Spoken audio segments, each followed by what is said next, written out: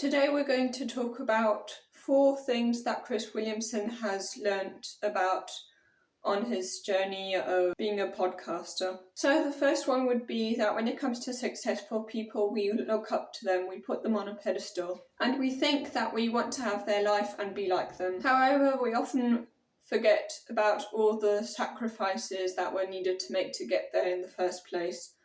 For example, when it comes to the strongest man in the world in 2017 or 2018, Eddie Hall, he said himself that if he hadn't managed to win that very year, he would have ended up divorced with no relationship to his kid and basically in a very unhealthy state as well because of all the pharmaceuticals he was using to make him that strong. So we often somehow envy these results that they get, but we definitely don't envy all the sacrifices. I mean, relationships are very, very important to our well-being, and sacrificing those for success can actually decrease your well-being a lot.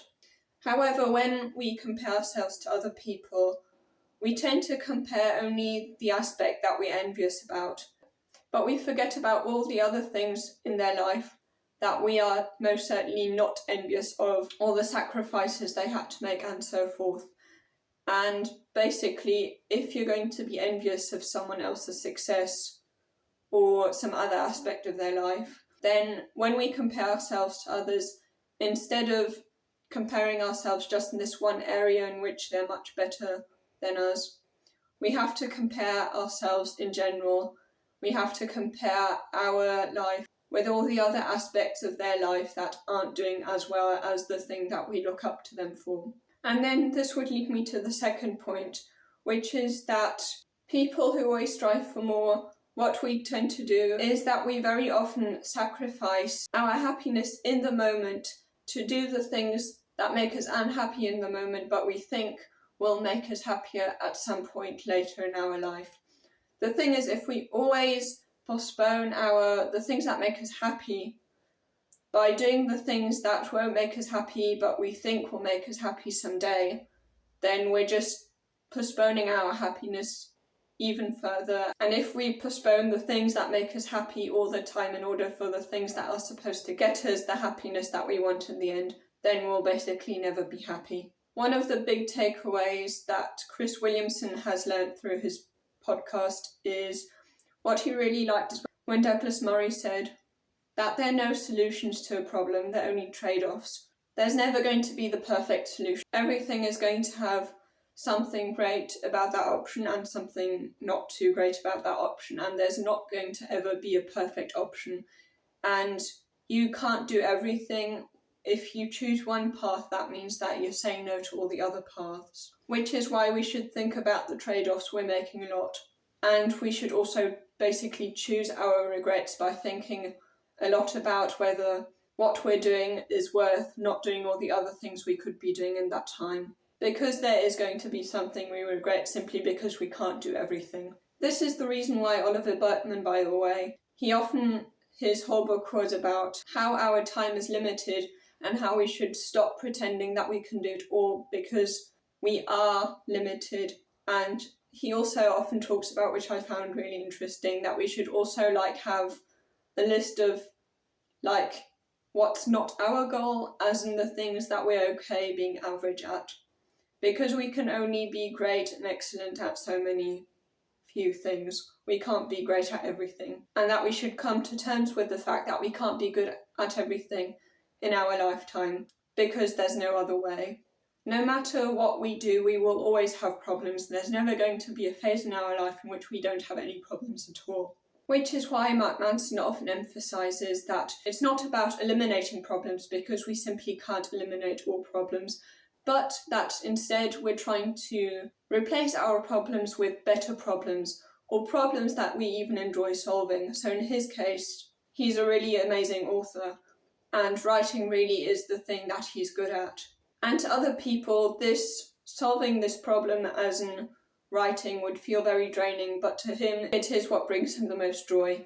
It sounds really bad that we're always going to have problems, but think about it. If we really didn't have problems, any problems at all, if there wasn't anything to improve at, if there wasn't anything to get better at, if there wasn't anything to solve, we would be so bored. So it's actually really good that, even though it sounds awful, that we're never going to have a period in our life in which everything is calm and peaceful and we don't have any problems and no friction. But it's actually better that way, because we would be so bored if that wasn't the case. If there wasn't any challenge, if we couldn't strive for anything, then our life would be so boring. So it's about finding the challenges and problems that we actually enjoy solving. And then the fourth thing would be, Chris Williamson came up with 5 different questions to see whether a certain person is right for you, as in whether you should be in a relationship with them. And these 5 questions we can ask ourselves to see whether we've chosen our partner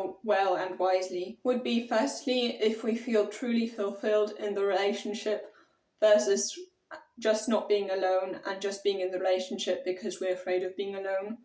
But it actually truly makes us grow and helps us grow and fulfills us. However, when it comes to this, I do want to stress, you don't want your relationship, obviously, to be the only thing in your life that gives you fulfillment and meaning, because that's just way too much pressure on the relationship. So you should also definitely find a sense of fulfillment in other aspects in your life, but your relationship should definitely add a sense of fulfillment to your life. And then the second question would be whether you actually love your partner as a whole, or whether you just like the good sides. Whether you can actually accept them for who they are, flaws and all. And by accepting, I don't mean just tolerating, as in, oh yeah, I really hate this about them, but I'll put up with it in a miserable way. But actually, okay, yes, they've got these flaws, but I actually find that quite interesting about them, and it's not that annoying. In fact, in a very recent episode of his, in which he was talking to a relationship expert, that relationship expert said something that I found really interesting, which is that those couples that stay in the passionate phase longer than other couples are those who are curious about how their partners are different and actually find that kind of attractive and interesting that they're kind of different from them. So basically what makes them unique, they actually find in some way quite intriguing. And then the third question would be if you can actually unapologetically be yourself, that you don't have to put on a mask 24/7. Because the thing is, if you put on a mask in your relationship and you're loved by your partner, then you think in your head, well, my partner only loves me for the mask that I've created, but not for myself. And in Chris Williamson's opinion, it's much, much better to be loved for who you actually are, and being loved for someone you're not is actually meaningless and just not satisfying at all, because you know very well that they're just attracted to who they think you are, not who you actually are. So that doesn't leave you feeling more loved as a person. And then the fourth one would be, if someone said that you're like your partner, would that be a compliment to you? And a similar one, the fifth question would be, if, for example, your daughter or your son dated this person, would you be happy about their choice? Now, what I find very interesting about these last 2 questions is that they make you kind of see your relationship from a third perspective. And somehow when we see our situation from a third perspective, it makes us see the situation in an entirely different way. And it sometimes actually makes us make more rational decisions. Ethan Cross, for example, an expert on self-talk, very often talks about that many strategies of his to improve self-talk, actually talking to yourself in the third person, because in that way you can actually see the situation for what it is, because you haven't got this narrow view of the first perspective that where your feelings are involved and you're only thinking with your heart, for example, and not with your mind at all. Because our view of our partner is very distorted in the beginning, especially in the early phases when we're totally infatuated and so on. And that's why it's so important to think about what another person, if you would actually be happy if that partner or that kind of partner was together with your daughter, because obviously, or your son, because obviously you wouldn't want your partner to be together with your daughter or son, but just whether the type of person that you're dating is someone that you'd be proud of if your daughter or son chose that person. And the question about whether you see being like your partner as a compliment if someone said that to you, this also makes you think about why you actually love this person, what it is that you love about the person, if there are valid reasons behind that, if you actually would like to be like them. Because the big thing is that we become like the people that we surround ourselves with. And obviously then, if you become like the people that you spend the most time with, the person you're going to be spending the most time with in your life is going to be your partner.